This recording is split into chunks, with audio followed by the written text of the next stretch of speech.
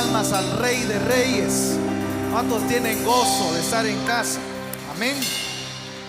Vamos a hacer una palabra de oración de una vez para poder considerar el tiempo y también lo que el Señor quiere hablar en esta oportunidad. Padre, en el nombre de Jesús, venimos delante de ti, Señor, pidiéndote que tú nos bendigas con tu buena palabra.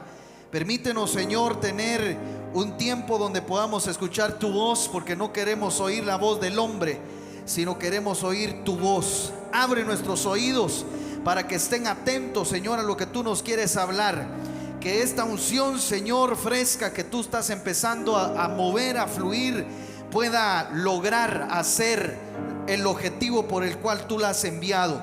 Te pedimos por aquellos hermanos que tienen peticiones de oración también, que tú pongas tu mano, Señor, por la vida de mi hermano Marvin Hernández. Pon tu mano, Señor amado, de sanidad en sus rodillas, Señor. Y también pedimos por aquellos que tal vez no pasaron sus peticiones, pero sí, Señor, hay una petición en sus corazones. En el nombre de Jesús, amén y amén. Dele palmas al Señor. Gloria a Dios. Puede tomar su lugar. Quisiera en esta oportunidad, hermano, considerar algunas cosas que el Señor ha puesto en mi boca y en mi corazón en esta oportunidad. Pero antes de eso, quiero darle la bienvenida a usted también, que ha sido esforzado y valiente de asistir en este día también. Estamos empezando a agarrar nuevamente la buena costumbre de podernos congregar. Y es algo que la Biblia lo dice en el libro de Hechos, que los discípulos tenían la costumbre, tenían, hermano, esa cultura divina, así le dicen, la cultura divina de congregarse, de orar, de partir el pan, de tener coinonía con los hermanos. Y bendito Dios, esperamos conservar esto. Hay algunas cosas que quisiera que tuviéramos en cuenta. Y en este año de la recuperación específicamente, yo quiero que miremos este versículo que aparece en el libro de los Hechos, capítulo 3, versículo 19. Dice: por tanto, arrepentíos y convertíos. Solo con ese pedacito podríamos pasar platicando toda la noche, porque vemos que el primer mensaje de todo el nuevo pacto empezó con arrepentíos, porque el reino de los cielos está cerca.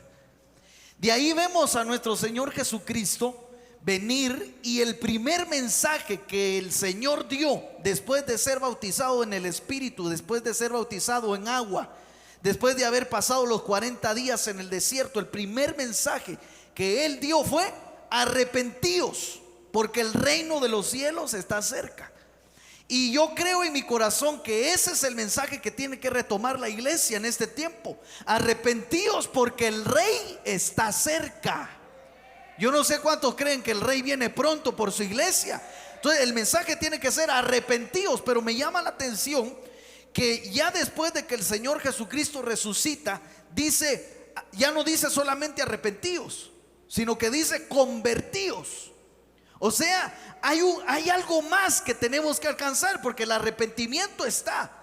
El arrepentimiento puede estar en el corazón y en la mente de una persona, pero la conversión nos habla de actitudes, de cosas, hermano, que hacemos. Entonces, nadie puede convertirse sin un arrepentimiento genuino, pero nadie puede agradar a Dios con un arrepentimiento sin conversión.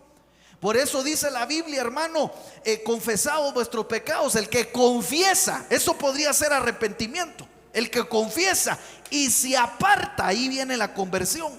Entonces, vemos que esos son requisitos para lo que Dios trae para nosotros. Y dice aquí: por tanto, arrepentíos y convertíos, para que vuestros pecados, mire, no dice solamente sean perdonados, sino que dice para que vuestros pecados sean borrados. Es decir, tu planilla espiritual, ¿cómo digo esto? La documentación jurídica espiritual tuya va a quedar limpia con un arrepentimiento y una conversión genuina.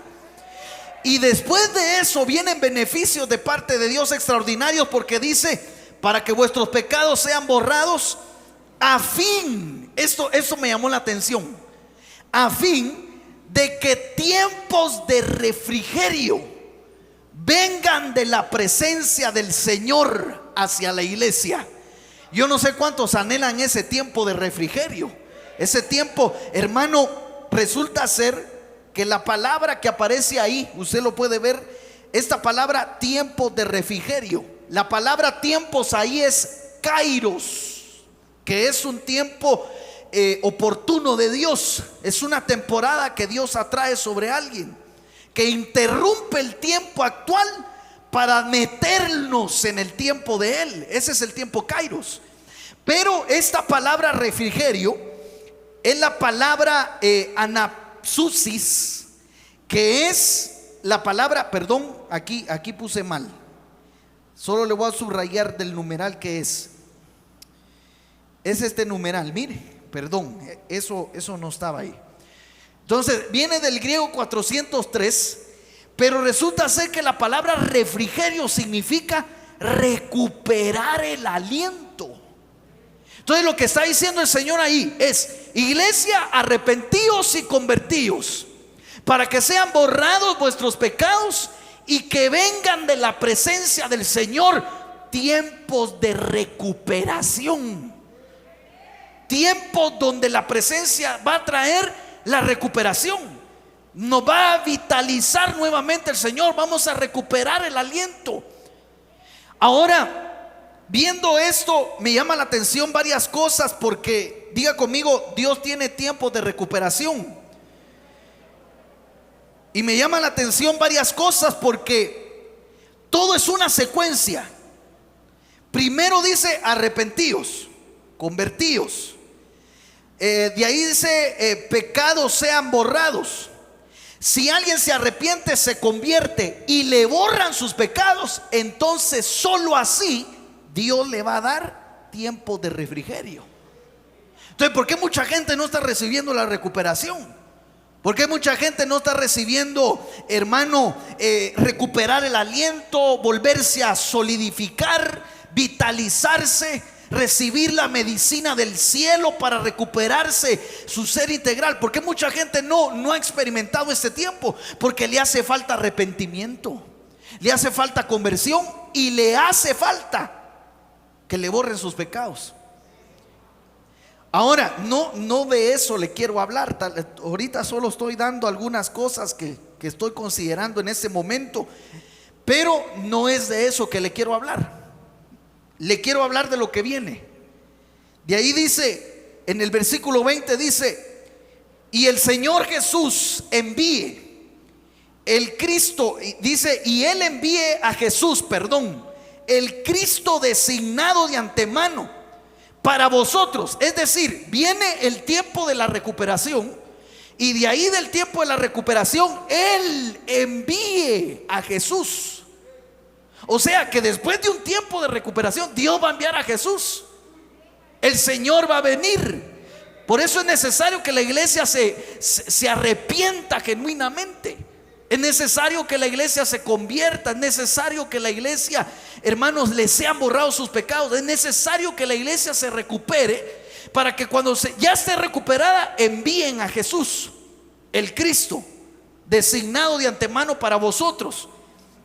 Pero miren lo que dice el versículo 21: a quien el cielo debe recibir. Otras versiones dice: a quien el cielo debe de retener hasta el día de la restauración de todas las cosas, acerca de lo cual Dios habló en boca de sus santos profetas desde tiempos antiguos.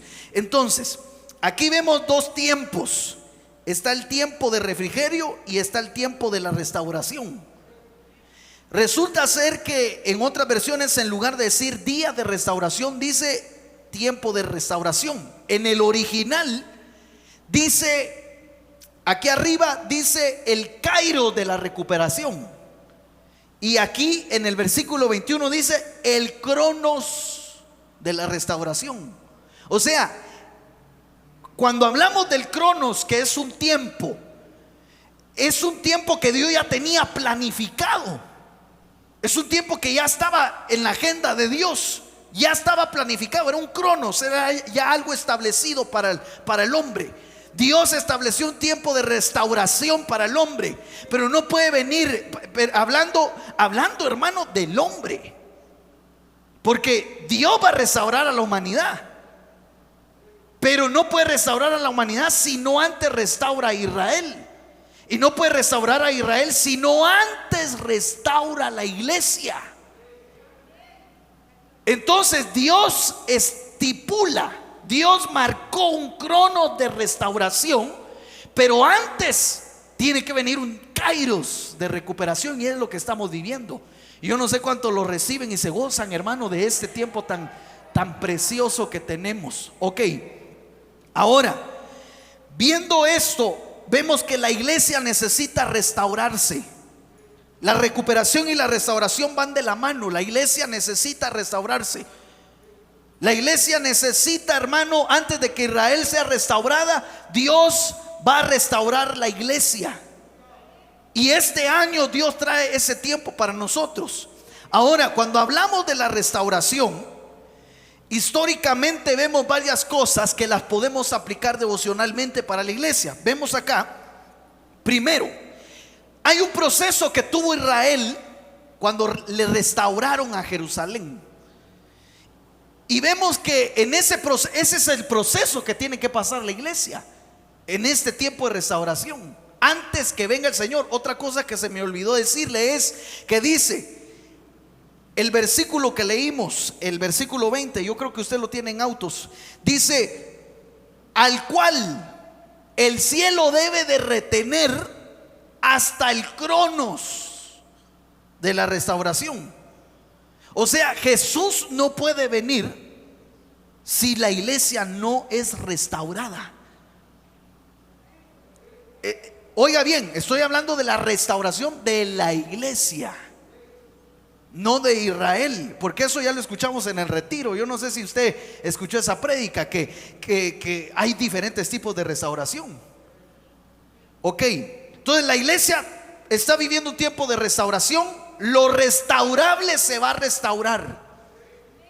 No sé si me voy a entender con lo que dije. Lo restaurable se va a restaurar. Lo que no es restaurable se va a desechar. Así que yo le pido a Dios que los que estemos aquí seamos restaurables, que seamos materia dispuesta para que Dios haga la obra en nosotros y le digamos: Señor, aquí estamos para que tú sigas trabajando, porque la obra no se ha terminado. Todavía puede ser que haya cosas en nosotros que no están solventes, pero tengo una buena noticia, que el evangelio es de buenas noticias. ¿Cuántos dicen amén? La buena noticia es que el Señor sigue trabajando, sigue haciendo su obra. Usted está aquí, usted está perseverando. Entonces Dios mira eso y va a decir: lo restaurable se va a restaurar. Yo voy a restaurar a mi hijo. Entonces vemos que la iglesia tiene un proceso de restauración. Entonces vemos, es que esto es tremendo, hermano, porque vemos que Israel fue llevado cautivo a Babilonia 70 años. Y de ahí, al cumplir los 70 años de cautiverio, Dios hace que Israel recupere Jerusalén. Y cuando recuperan, comienzan a restaurarla. Entonces me doy cuenta que hay cosas que Dios te va a recuperar, pero cuando las tengas en tus manos, tú las tienes que restaurar. No te van a llegar de una vez restauradas, sino que la recuperaste. Un decir, recuperaste tu matrimonio, pero entonces tienes que trabajar en la restauración. La bendición que Dios te da es que vas a recuperar, pero ya cuando lo recuperes tienes que trabajar en la restauración. Ahora vemos aquí que recuperan Jerusalén y empiezan a trabajar en la restauración, y lo primero que restauran es el altar. Lo primero que ellos restauran en Jerusalén es el altar. El altar estaba destruido, el altar del templo. Y entonces Dios envía a ciertos profetas, a ciertos hombres como Nehemías, como Esdras, Vemos que por ahí aparece Zacarías el profeta apoyando la visión, y entonces Dios envía un mover de restauración del altar. De ahí vemos, del altar hemos hablado, de ahí vemos que después de que restauran el altar, restauran el templo. No pueden restaurar el templo si no se restaura primero el altar. De ahí restauran el templo, de ahí que restauran el templo. Y ahora yo le quiero hacer una pregunta: ¿quiénes son el templo aquí? Usted es templo del Espíritu Santo. Yo soy templo del Espíritu Santo. Nuestro cuerpo es templo del Espíritu Santo. Hay que restaurar. De ahí de restaurar el templo, restauran los muros. Entonces miren cómo va eso. Restauran el altar. La iglesia tiene que restaurar el altar. De ahí restauran el templo. Y de ahí restauran los muros. Pero en los muros hay una restauración. Y la restauración que hacen en los muros es que restauran las torres y restauran las puertas. Qué tremendo, hermano. Yo le vengo a profetizar a la iglesia en base a lo que está escrito, que viene en tiempo de restauración. Dios va a restaurar tu altar, donde vas a invocar su nombre. Él va a ver el altar restaurado y va a enviar el fuego santo del cielo. Va a dar respuestas divinas sobre tu vida. También va a ser restaurado el templo. Las iglesias donde adoraban al Señor van a empezar a ser restauradas.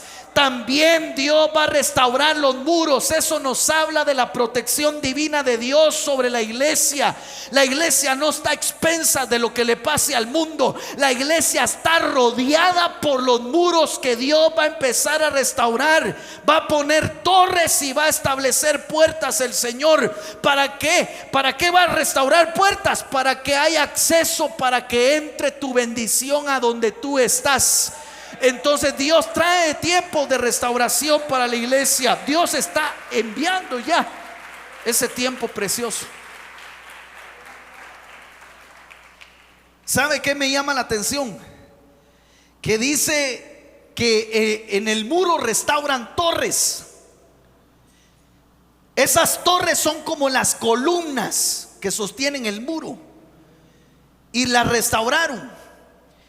Y me llama la atención porque hay un pasaje en la Biblia donde dice: ¿quién es esta que sube del desierto? Hablando de la iglesia.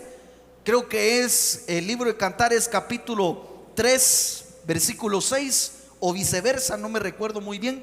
Pero dice: ¿quién es esta que sube del desierto? Y entonces dice, en los versículos después dice: 60 valientes la rodean de los peligros de la noche. Y cuando vemos ahí hay una figura extraordinaria, porque el tabernáculo tenía 60 columnas. Entonces las columnas son como torres que rodean. Dios va a levantar columnas. Dios va a levantar torres ministeriales para que sitien a la iglesia. Pero hay una función bien tremenda, hermano, en esto. Ok, yo le quiero hablar en esta oportunidad restaurando las torres espirituales. Dios va a restaurar las torres espirituales de la iglesia. Y vemos que cuando hubo la restauración en Nehemías capítulo 3, si no estoy mal, ahí aparece toda la restauración de las torres y las puertas. Y vemos que resulta ser, voy a irme por acá. Resulta ser que hay 5 torres que restauraron en el muro. Y usted ya sabe qué significa eso, ¿verdad? Hay 5 torres. Vemos que está, número 1, la torre de los 100, así se llamaba. Eso aparece en Nehemías capítulo 3, la torre de los 100. De ahí vemos que está la torre de Hanaanel en Nehemías 3:1 también.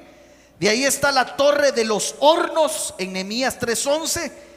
De ahí está la torre que sobresale. No le puse versículo, pero más adelante lo vamos a ver. Bien, Nehemías 3:25. Y número 5, la torre de Esdras. aparece en Nehemías capítulo 8 versículo 4. Ok, entonces usted puede ver ahí que hay 5 torres que se van a restaurar en la iglesia. Esas 5 torres tipifican un ministerio primario. Vemos, hermano, no sé si ya lo encontraron. Te voy a decir el número en la diapositiva. Es la 5 después del título. La 5 después del título. Ahí estamos. 5 después del título. Por ahí buscarlo. Ok. Si no, los hermanos no lo van a ver allí. Bueno, entonces vemos que aparecen 5 torres que corresponden a cada ministerio. Y vemos que la primer torre que aparece acá, que es la torre de los 100, me llamó la atención porque esta torre de los 100 estaba conectada con la puerta de las ovejas. Por lo tanto, la torre de los 100 es la torre del ministerio pastoral. Porque usted sabe muy bien cuántas ovejas tenía el Señor en su rebaño. 100. Entonces Dios establece la torre de los 100, que es la torre de los pastores. Imagínense, el muro lo está rodeando. Y entonces hay una torre que es la torre pastoral. De ahí está la torre de Hananel. Y resulta ser que Hananel significa Dios ha favorecido o el favor de Dios. Y eso nos habla del ministerio evangelístico, porque el ministerio evangelístico trae el favor de Dios sobre el pueblo, trae la gracia de Dios. Y ahí vemos la torre de los hornos. La palabra horno en el original significa fogata. Esa torre me llamó la atención, la de los hornos, porque era una torre que estaba encendida, había una fogata ahí, había fuego. Y esa es la torre profética. Y de ahí está la torre que sobresale. Pero esa torre que sobresale, sobresalía de la casa del rey. Entonces esa es la torre apostólica. No sé si se le va quedando ahí. Y la torre número 5 es la torre de Esdras. Y Esdras era un maestro. Entonces vemos acá, la torre de los 100 es el pastor. La torre de Hananel, el evangelista. La torre de los hornos, el profeta. La torre que sobresale, el apóstol. Y la torre de Esdras, el ministerio magistral. Ok. Ahora, viendo esto, quiero meterme un poquito más a enseñarle esto. ¿Para qué sirve una torre? ¿Por qué tenían que poner torres en el muro? Entonces vemos que las torres sirven para vigilar, porque ahí habían atalayas. Entonces cuando estoy hablando de que hay 5 torres que rodeaban la iglesia, estoy hablando que los 5 ministerios tienen que pararse como atalayas para vigilar a la iglesia. La torre del pastor, ahí está el pastor con una vigilancia, viendo qué lobo quiere entrar, viendo qué lobo se quiere comer la oveja, viendo qué intruso quiere entrar. Y el que no entra por la puerta no es un ladrón. Entonces ahí está el pastor. De ahí vemos al apóstol, viendo qué doctrinas entran, viendo qué tipo de ministros entran que pueden hacerle daño al cuerpo de Cristo. Vemos que está el profeta, viendo qué falsos profetas hay. Y entonces hay una vigilancia. Tiene que haber una vigilancia. Y hermano, yo le quiero hacer una pregunta. ¿A cuántos les incomoda la vigilancia? ¿A quiénes les incomoda? ¿Quiere que le ponga un ejemplo? ¿Qué hace usted cuando va a visitar a un familiar y le empiezan a pedir datos?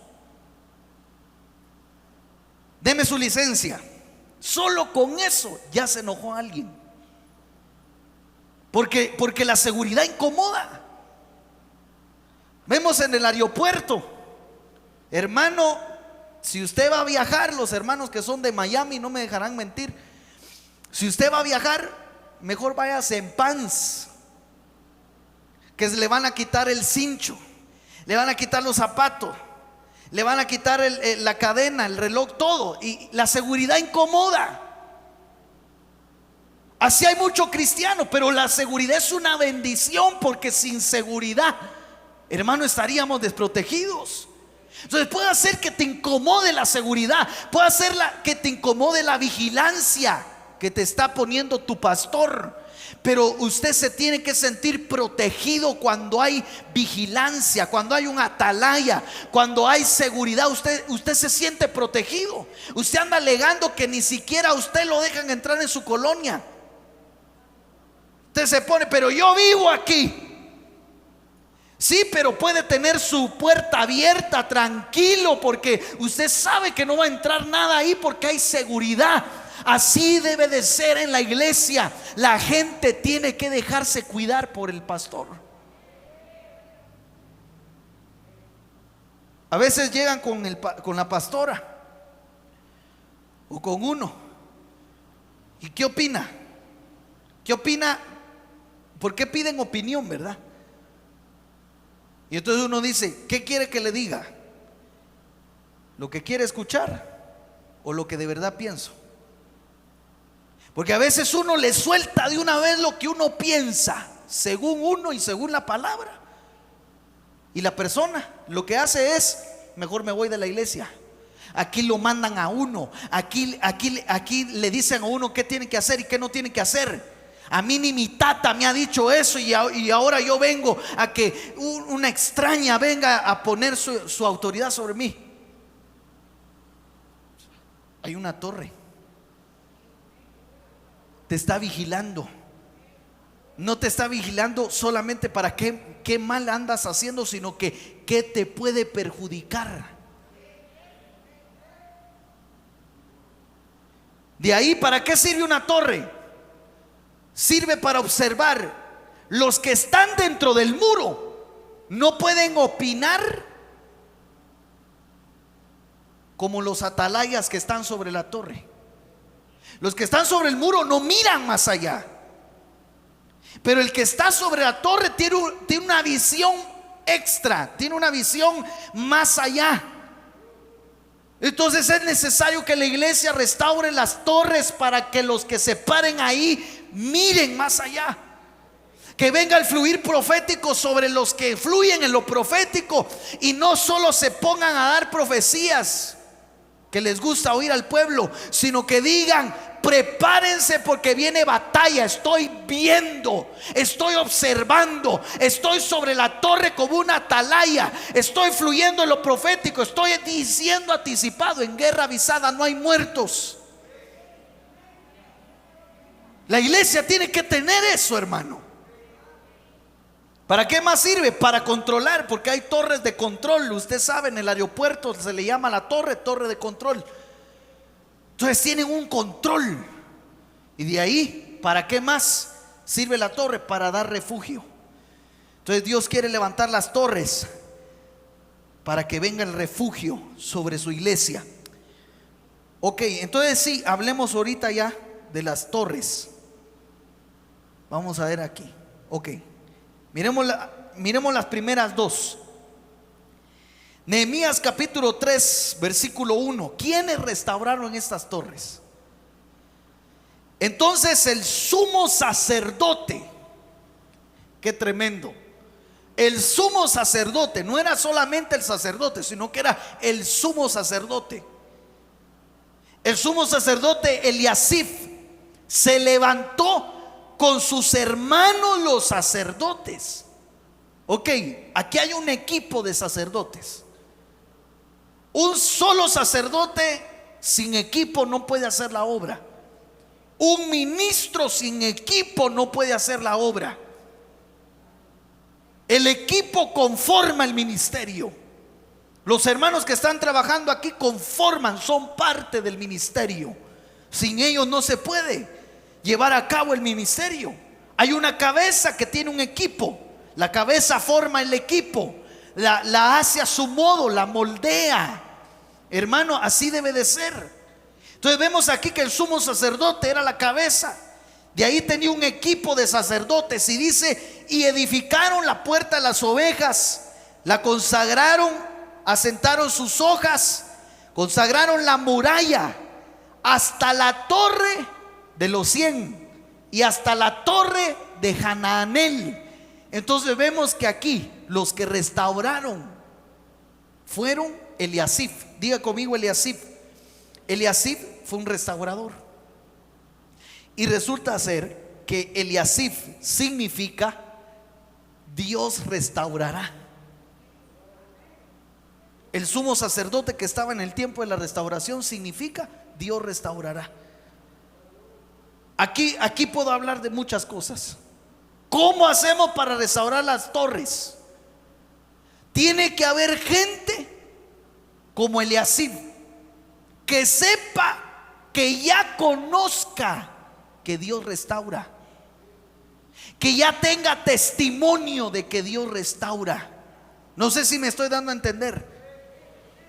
Eliasib es figura de aquellos que han conocido la restauración, que han conocido ese proceso, que ya estuvieron, hermano, en una quiebra, que ya estuvieron en un dolor, que ya estuvieron en un proceso, que ya estuvieron en alguna decadencia y conocen al Dios de la restauración y saben que ese Dios de la nada puede volver a levantar y puede restaurar. Conocen el poder. Entonces ya cuando ellos ya vieron el Dios de la restauración, ellos ya están capacitados para restaurar, porque dice: si Dios pudo restaurarme a mí, ¿cómo no te va a poder restaurar a ti? ¿Cómo no va a poderte levantar de donde te caíste? Yo pasé por lo mismo que tú, tengo el antídoto. Qué tremendo, hermano. ¿Cuántos ya han conocido a ese Dios que restaura? Hay quienes llegaron quebrados, con su economía por los suelos, con un montón de deudas, y Dios restauró. A muchos que llegaron con su matrimonio despedazado, roto, y Dios restauró. A quienes llegaron con su corazón quebrantado, con un proceso tremendo, y Dios restauró. Así que si tú ya experimentaste la restauración de Dios, ahora te toca restaurar, porque tienes que dar de gracia de lo que de gracia recibiste.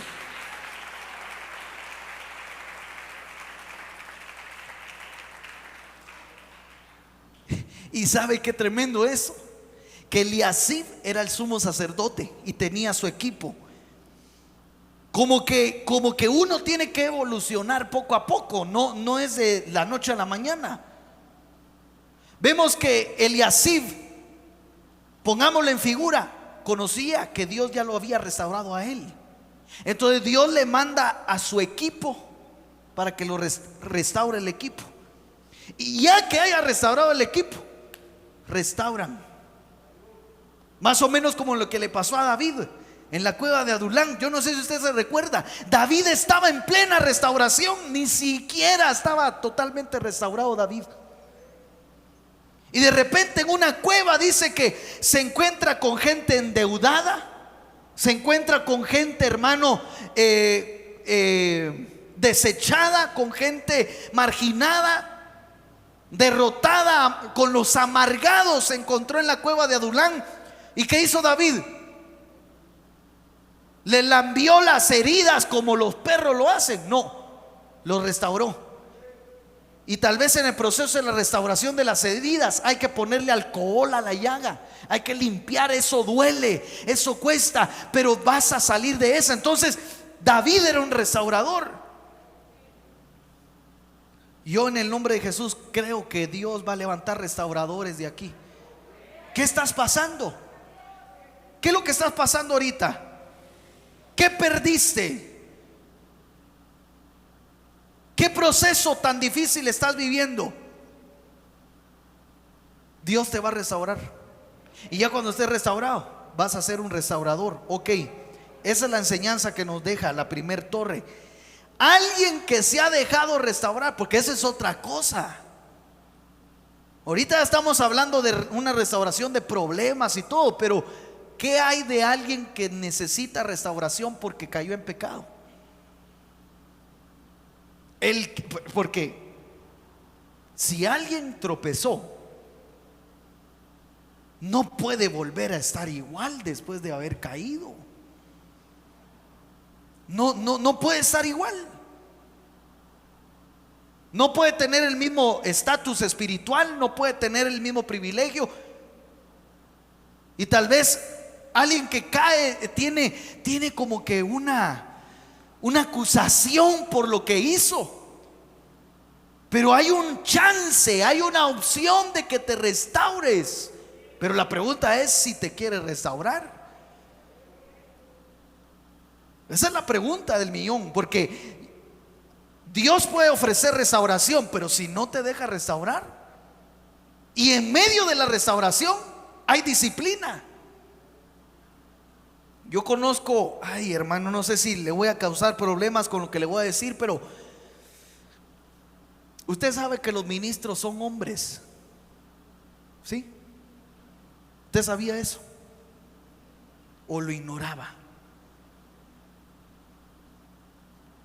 Porque tal vez habrá algún ministro, o tal vez usted creció en una iglesia donde el ministro se le aparecía como, pónganme candelas. Usted sabe que los ministros cometen errores.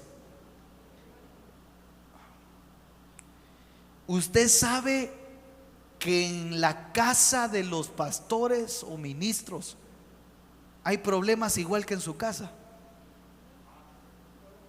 En algún momento hasta más. Usted sabe que los hijos de los pastores son jóvenes también, igual que sus hijos. Usted sabe que el matrimonio del pastor puede tener problemas. Y ahorita le estoy bajando del pedestal a un montón de pastores. Voy a ir un poco más. Usted sabe que, no estoy hablando del apóstol Sergio, pero estoy hablando de todos los apóstoles. Usted sabe que en la casa de los apóstoles hay problemas. Claro, hay problemas. Hermano, muchos se escandalizarían en algún momento. Pero usted sabe que cuando le llega una oveja a un pastor, el pastor lo que hace es entender a la oveja y decir: te entiendo, te voy a ayudar, te echa la mano el pastor. Pero ¿qué pasa si usted se da cuenta de un problema que tuvo un pastor? ¿Qué hace usted? Y yo que creía que él era mejor que yo, me voy a ir un poquito más allá. Bendito Dios, aquí no ha pasado ni va a pasar en el nombre de Jesús. Que Dios nos guarde. Usted sabía que los ministros pueden caer.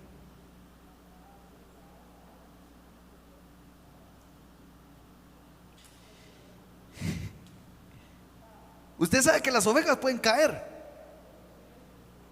Y bendito Dios, se pueden volver a levantar. Usted sabe que los ministros pueden caer. Y usted sabe que se pueden volver a levantar. Ahí el pueblo rechaza.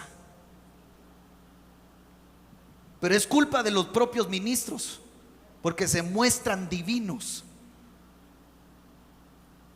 y hacen que el pueblo los idolatre.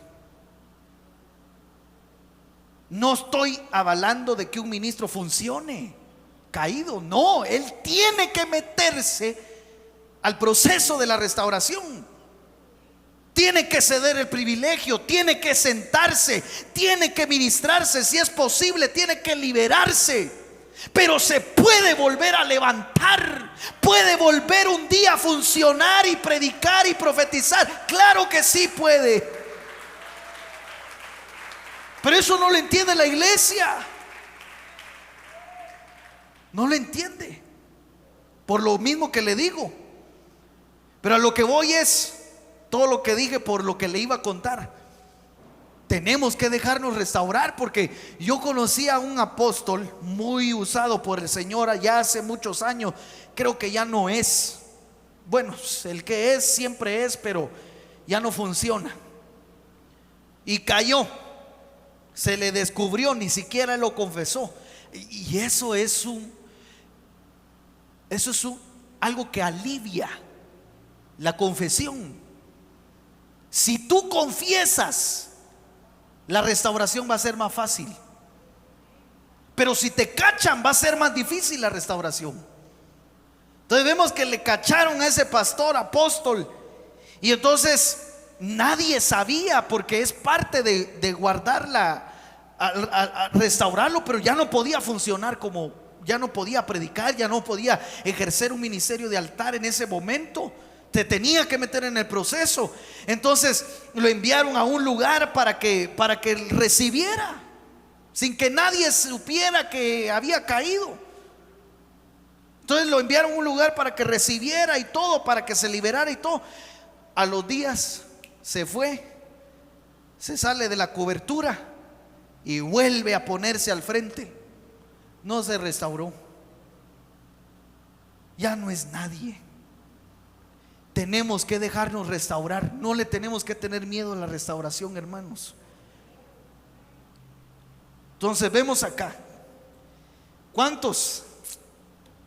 No sé por qué me estoy deteniendo un montón acá, y yo sé que tengo que terminar rápido, pero yo le quiero hacer una pregunta. ¿Cuántos han pasado por restauración? Ok. El que pasa por restauración entiende al que va a restaurar. Por eso dice la Biblia: yo os escribo, el apóstol Juan dice: yo os escribo para que no pequéis. Pero si pecáis, abogado tenéis para con el Padre. Y vosotros que sois espirituales, restauradle con un espíritu de mansedumbre. No vaya a ser, te lo voy a decir en la chapina, no vaya a ser que mañana se cambien los papeles y tú estés ahí. ¿Sabe qué? El carnal juzga, pero el espiritual dice: juzgo, ok, juzgo, pero voy a juzgar en base a si yo estuviera ahí. Eso es el espiritual. Entonces no podemos dejarle que alguien restaure si no es espiritual. Miremos la otra torre, y yo quería hablar solo de la última, pero miremos acá, la torre de los hornos. ¿Quiénes restauraron la torre de los hornos? Nehemías 3:11 dice: Malaquías, hijo de Harín. No era el profeta Malaquías, pero sí era un Malaquías. Malaquías, hijo de Harín, y Jasub, hijo de Pahat Moab, restauraron otro tramo y la torre de los hornos. Entonces miremos qué significan estos restauradores. Malaquías significa mensajero de Dios, o el mensaje de Dios, algo que restaura. ¿Sabe qué puedo sentir? Que muchos están siendo restaurados en medio del mensaje.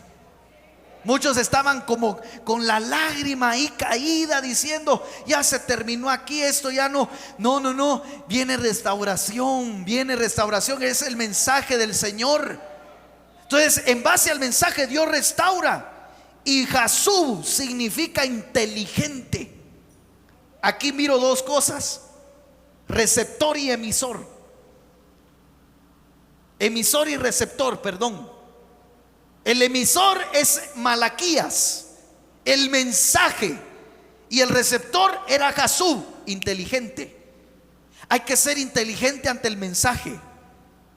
Hay un dicho que dice: al inteligente, no sé si dice así, pero dice: al sabio, al inteligente, por señas; al necio ni a gritos. Pero hay que ser inteligente. ¿Estás escuchando el mensaje? Agárralo con inteligencia. Que venga la inteligencia divina para que seas un receptor apto para el mensaje.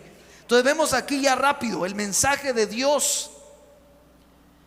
El mensaje de Dios y ser receptores inteligentes nos hacen restaurar las torres espirituales. Ahorita usted que está recibiendo el mensaje con inteligencia, Dios está edificando torres alrededor de su vida. Dele palmas al Señor.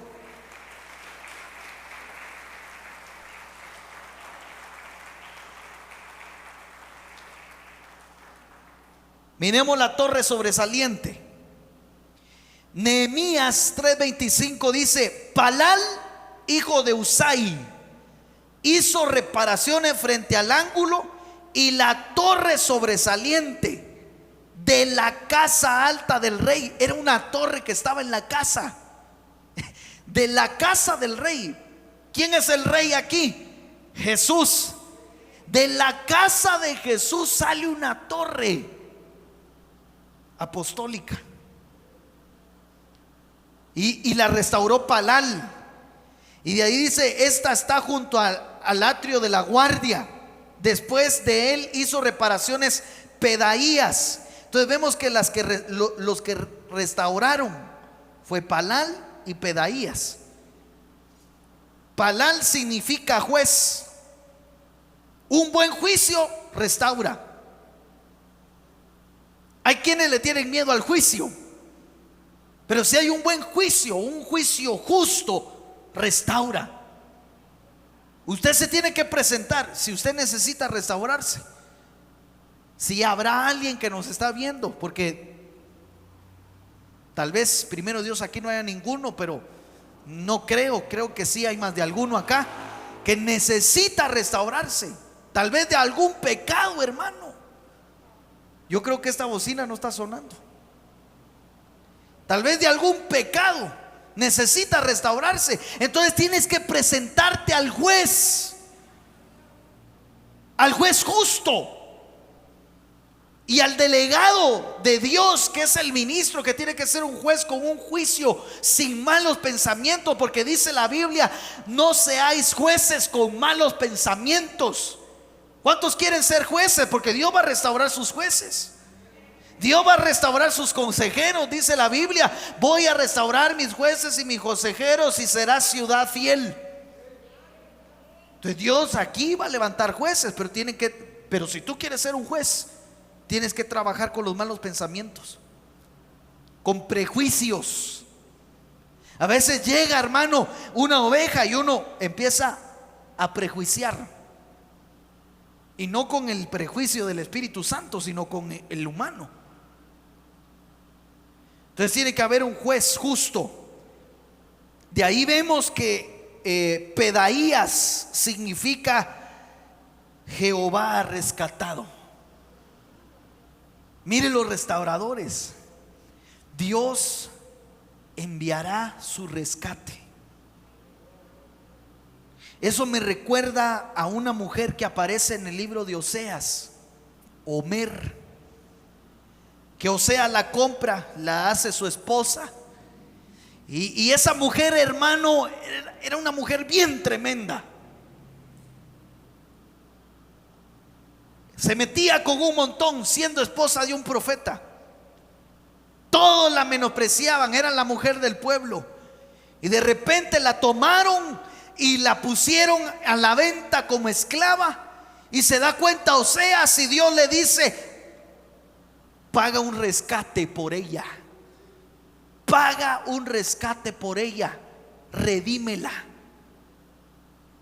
Una mujer que no merecía nada, no merecía que su esposo fuera, volviera, que su esposo pagara de nuevo por ella. Había abandonado a sus hijos, ni hijos de Oseas eran, y Oseas los estaba criando. Y entonces Dios dice: así es la misericordia que yo hago por mi pueblo, que aunque no la merezcan, yo pagué un rescate, no con dinero, sino con la sangre de mi Hijo Jesucristo. No pisoteemos la sangre del Cordero, porque Él pagó un rescate. Dios ha rescatado, y el rescate divino trae restauración.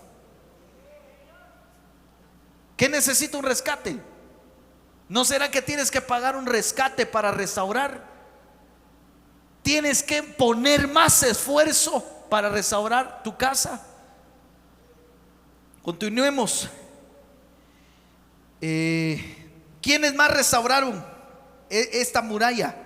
Dice: los sirvientes del templo que habitaban en Ofel hicieron reparaciones hasta el frente de la puerta de las aguas, hacia el oriente de la torre que sobresalía.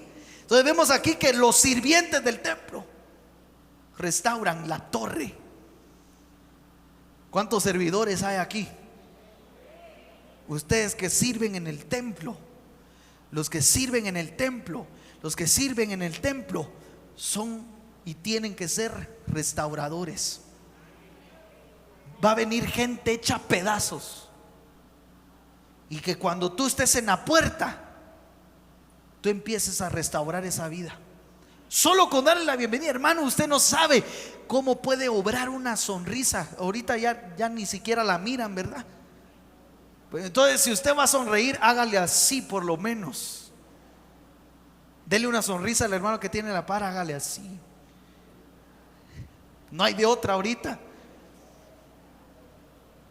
Que cuando venga gente, hermano, hecha pedazos, con maldiciones sobre sí porque los trataron muy mal, les dijeron muchas cosas, que al entrar a la puerta tú le digas: entra, bendito del Señor, el Señor te estaba esperando, Él tiene una palabra para ti, toma tu lugar, ahí el Señor te va a visitar. Tiene que haber eso.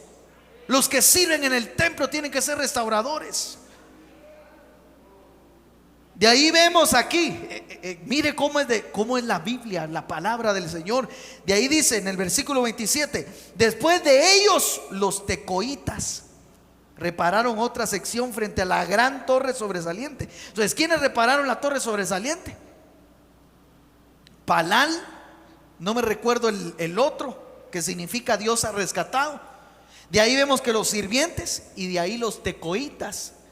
Y la palabra tecoita significa, en sentido musical, trompeta. ¿Qué representa? La alabanza. La alabanza restaura torres. Cuando está una alabanza, pero no una alabanza así.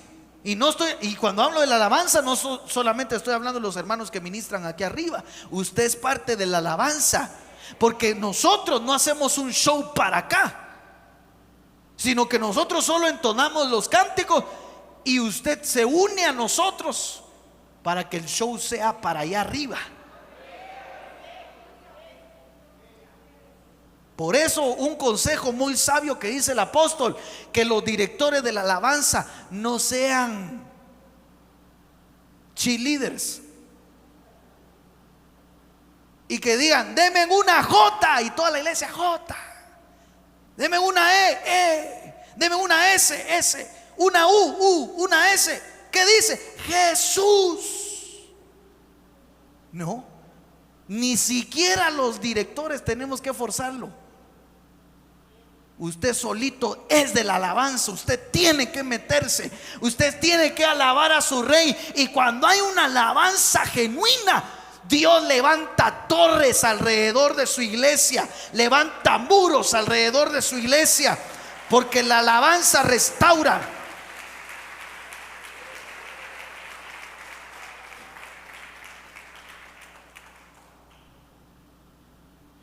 Miremos la última. Este era el tema, mire. Este era el mensaje. Nehemías 8:2. Ya voy compresionando. Y el sacerdote Esdras trajo la ley delante de la congregación, así de hombres como de mujeres, y de todos los que podían entender, el primer día del mes séptimo. Y leyó en el libro delante de la plaza, que estaban delante de la puerta de las aguas, desde el alba hasta el mediodía, en presencia de todos los hombres y mujeres y de todos los que podían entender. Me llamó la atención esta repetición, mire, los que podían entender. Entonces, ante la ley de Dios, ante el mensaje del Señor, tiene que haber entendimiento. No solamente del predicador, sino del pueblo. Usted tiene que buscar entender. Algo no le cuadró, algo no lo entendió. Busque entenderlo, pregunte, investigue. Tiene que haber entendimiento. De ahí dice: y los oídos de todo el pueblo estaban atentos al libro de la ley que estaba leyendo Esdras. Mire lo que dice Nehemías 8:4. La palabra de Dios para todos dice: el maestro Esdras, era un maestro. El maestro Esdras se ubicó en la torre de madera.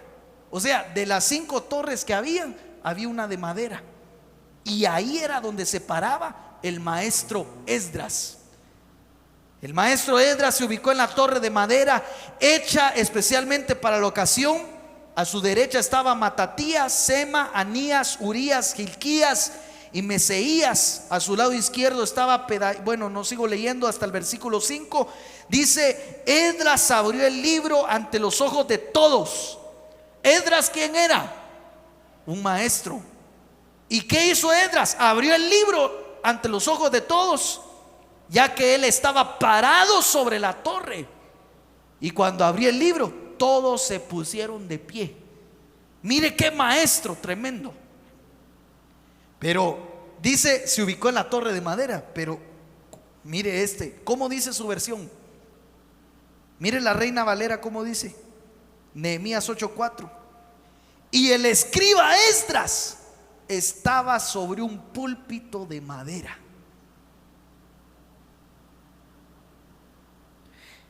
Entonces, en la palabra púlpito en el hebreo es la palabra migdal. Migdal. Diga conmigo, migdal. Esa palabra significa torre. Entonces, ¿qué torre se tiene que restaurar? La torre del púlpito. Y esa torre era una torre de madera. ¿Sabe por qué le estoy dando este tema? Porque a mí el Señor me habló cuando trajeron este púlpito, que era algo profético. ¿Sabe por qué? ¿Cuántos se recuerdan cuando vino el profeta? ¿Qué vino a hablarnos? Prácticamente los escribas del ministerio magistral. De ahí el domingo siguiente traen este púlpito de madera, un migdal, donde se para un escriba, un maestro. Lo que le estoy diciendo es que a esta casa vino una unción magistral. Vino una unción magistral.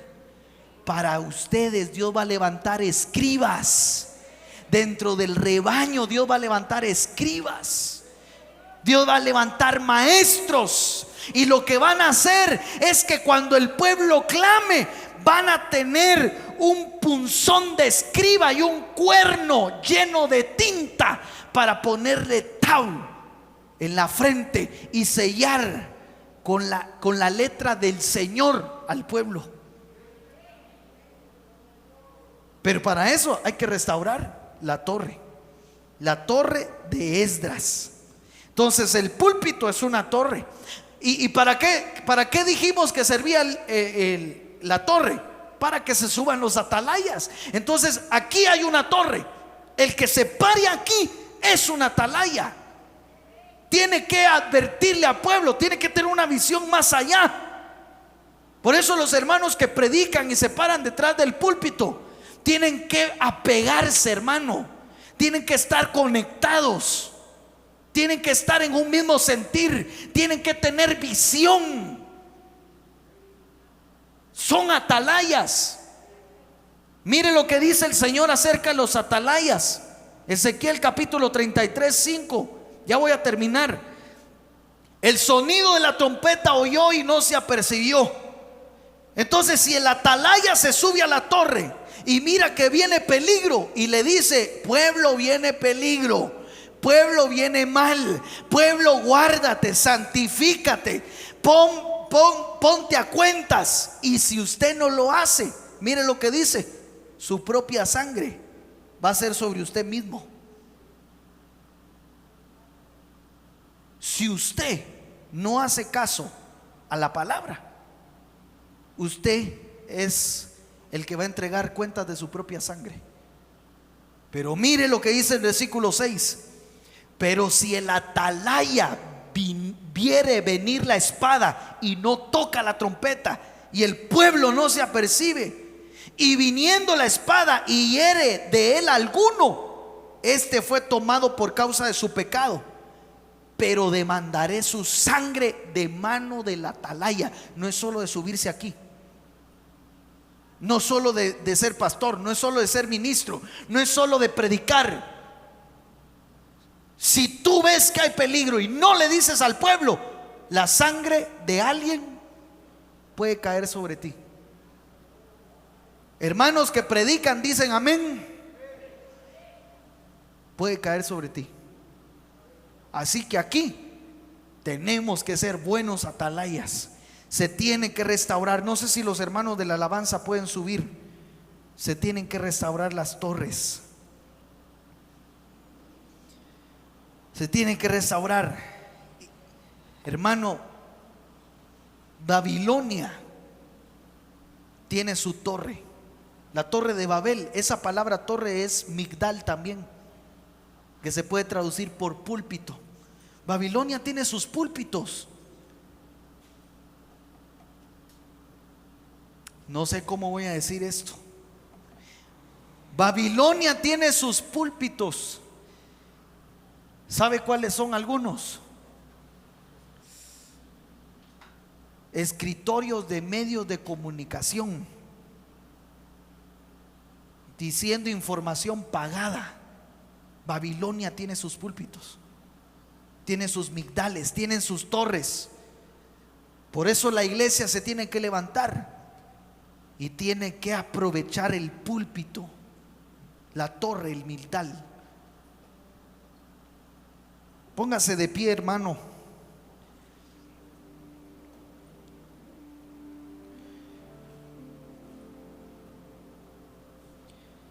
Vamos a hacer una palabra de oración. Levante sus manos. Dígale: Señor, yo quiero que venga esa unción de restauración. Atrae sobre mí la unción de la restauración. Yo quiero ser restaurado. Si tú estás pasando una crisis, un problema, dile: Señor, yo quiero ser restaurado. Eso es lo hermoso del Evangelio. El Evangelio hasta el día de hoy, antes de que venga el Señor, va a ser un evangelio de buenas nuevas. Va a ser un evangelio donde habrá opción de restaurarse. Si no lo aprovechas, después de que venga el Señor por su iglesia, va a ser un evangelio de tribulación. Va a ser un evangelio de muerte. Va a ser un evangelio donde te vas a salvar por tu propia sangre. Pero ahorita está la opción, ahorita está la puerta. Y dile: Señor, restaura. Si hay matrimonios que se tienen que restaurar, dile: Señor, restaura mi matrimonio. O tal vez tú vienes de una crisis emocional, sentimental, donde hubo separación y tú sabes que esa persona ya no. Dile: Señor, restáurame a mí.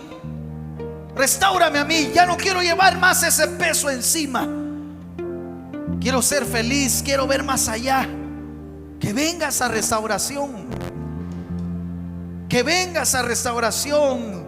Padre, en el nombre de Jesús, yo te pido, Señor, que venga esa restauración sobre tu iglesia. Te pido que en medio de lo que muchos están pasando, venga, Dios mío, esa restauración de sus altares. Que lo que están viviendo, esa crisis, haga que su altar sea restaurado. Restaura el templo, restaura los muros, restaura las puertas. Pero hoy muy en especialmente te pido que restaure las torres. Levanta atalayas en medio del rebaño. Que los que fluyen en lo profético sean atalayas. Danos visión profética para ver más allá, Señor.